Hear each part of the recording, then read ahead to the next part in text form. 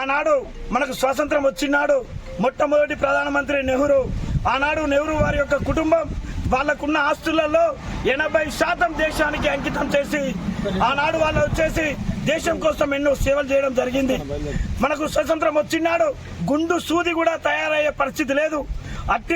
అట్టి మన దేశాన్ని ఎంతో అభివృద్ధి దిశగా తీసుకుపోయింది మన గాంధీజీ గారి, మన రాహుల్ గాంధీ, రాజీవ్ గాంధీ గారి యొక్క కుటుంబం. నెహ్రూ గారు ఆనాడు ఎన్నో హాస్పిటల్ అయితేనేమి, రోడ్లు అయితేనేమి ఎన్నో దేశం కోసం చేసిన వారి యొక్క కుటుంబం. అదే కాకుండా మొట్టమొదటి ప్రధానమంత్రి అయిన ఇందిరాగాంధీ యొక్క కుమారుడైన రాజీవ్ గాంధీ. ఆనాడు ఇందిరాగాంధీ 20 సూత్రాలతో ప్రజలకు ఎంతో దగ్గరైంది, బ్యాంకులను జాతీయతం చేసింది, పేదల కోసం ఎన్నో ఇండ్లు కానీ ఇందిరమ్మ ఇండ్లు ఇచ్చింది అని అంటే ఆనాడున్న ఇందిరాగాంధీ వారి యొక్క కుటుంబం దేశం కోసం ప్రాణత్యాగం చేసిన కుటుంబం. ఆనాడు పంజాబ్ వారు మాకు సపరేట్ దేశం కావాలి అని చెప్పేసి సిక్కులు వాళ్ళు ఎంతో చేసినా కూడా ప్రత్యేక దేశం వద్దు, మనమంతా భారతదేశంలో ఉండాలని చెప్పేసి ఆమె ఆలోచన చేసి ఆమె ఆ నిర్ణయం తీసుకున్నందుకు సిక్కులు పగబట్టి ఆమెను చంపడం జరిగింది.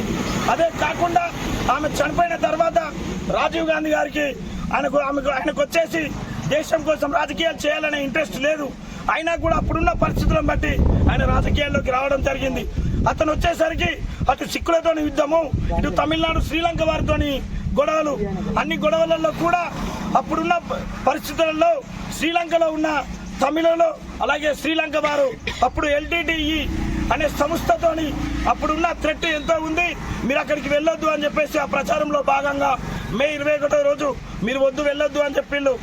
లేదు నా దేశ ప్రజల కోసం నేను వెళ్తా అని చెప్పేసి ఆయన వచ్చి అక్కడ ప్రసంగం కోసమని రాగానే వాళ్ళు అప్పుడున్న LTT బృందం వాళ్ళు మానవ బాంబుగా మారి వాళ్ళని యొక్క హతమార్చడం జరిగింది. ఇది మన ఒక బ్లాక్ డేగా కూడా మనం నిర్వహించుకోవచ్చు. ఎందుకనంటే అతను వచ్చేసి మన దేశం కోసం కంప్యూటర్ యుగాన్ని తీసుకొచ్చింది మన రాజీవ్ గాంధీ. యువత ముందుండాలి, యువత వస్తేనే మన దేశం బాగుపడుతుందన్న ఆలోచన చేసిన నాయకుడు మన రాజీవ్ గాంధీ. వారు ఇందిరాగాంధీ అయితేనేమి, రాజీవ్ గాంధీ అయితేనేమి మన దేశం కోసం ప్రాణ త్యాగం చేసిన కుటుంబం.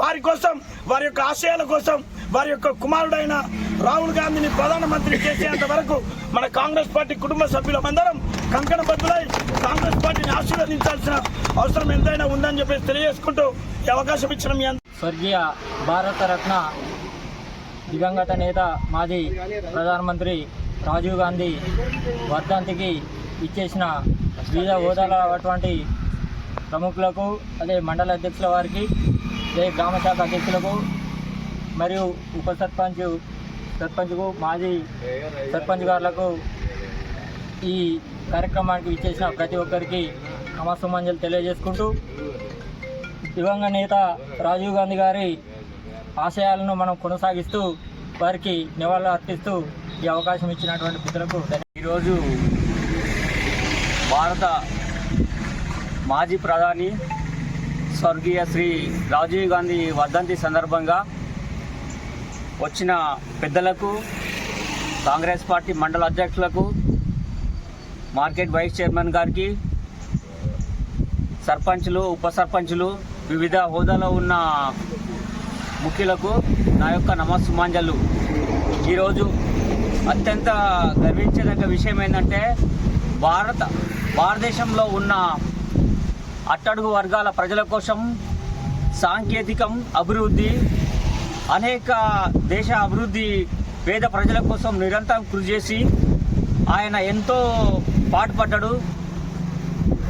కావున ప్రపంచ దేశాల నాయకులే మన యొక్క రాజీవ్ గాంధీ ఆశయాలను కొనసాగిస్తున్నారు. కావున మనం కూడా ఆయన ఆశయాలు కొనసాగించాలని కోరుతూ ముగిస్తున్నాను.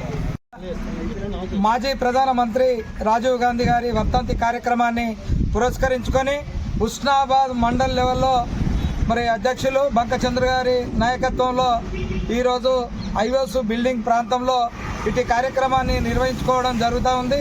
ఈ కార్యక్రమంలో పాల్గొన్నటువంటి మండల కాంగ్రెస్ పార్టీ వివిధ హోదాలో ఉన్నటువంటి నాయకులందరికీ, కాంగ్రెస్ పార్టీ అభిమానులకు, పుర ప్రముఖులకు, ప్రతి ఒక్కరికి పేరున ఈ కార్యక్రమంలో పాల్గొన్న అందరికీ కూడా ప్రత్యేకమైనటువంటి ధన్యవాదాలు.